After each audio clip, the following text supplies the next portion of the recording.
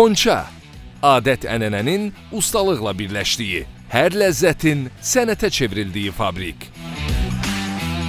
Burada hər bir şirniyyat, hər bir dad sanki öz hekayəsini danışır.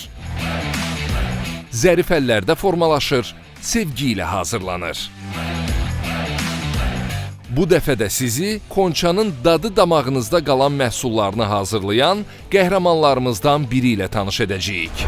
Tanış olun, onlardan biri. Mən Aytəkin Abbasova, 44 yaşım var, ailəliyəm, 2 evladım var. Aytəkin xanım, Xonça ilə yollarınız necə kəsişdi? Əvvəllər çörək sexində işləmişəm, orada təcrübə qazanmışam. Qohumumuzun da tövsiyəsi ilə Xonça şirniyyat fabrikinə gəldim. Burada daha da puxtələşdim, sənətin sirlərini öyrəndim. 2 ilə yaxındır ki, milli şöbədə işləyirəm. Aytəkin xanım, şirinliklə dolu bu fabrikdə hansı peşəni təmsil edirsiniz? Burada istehsalat işçisi kimi çalışıram. Hər gün yüzlərlə paxlava və şəkərbura hazırlayaraq əllərimlə bu şirniyyat sənətini yaşadıram. Beləcə də gələcək nəsillərimizə adət-ənənələrimizi çatdırıram.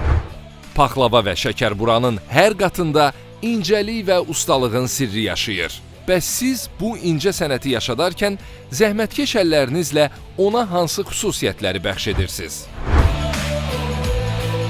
Paxlava hazırlayarkən hər kəsimini ölçüb biçirəm, çünki onun gözəlliyi dəqiqliyindədir.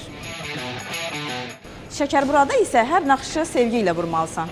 Mənim üçün bu iş yalnız şirniyyat hazırlamaq deyil, həm də ənənəni zərifliklə qorumaqdır. Xonça şirniyyatları hər zaman göz oxşuyur. Deyə bilərsinizmi, bu gözəlliyin sirri nədədir?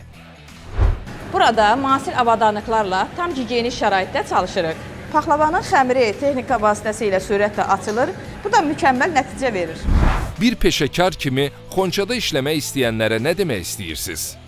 Xonça imkanlarla dolu, karyera arzularını reallaşdıran bir məkandır. Burada çalışmaq həm sənətə yiyələnmək, həm də gələcəyi inamla qurmaq deməkdir. Xonça fabrikinə gəldiyim andan həyatımda sanki yeni bir səhifə açıldı. Nə yaxşı ki, mən də Xonçanı seçdim, nə yaxşı ki, zəhmətkeş əllərimizlə xalqımızın xidmətindəyik.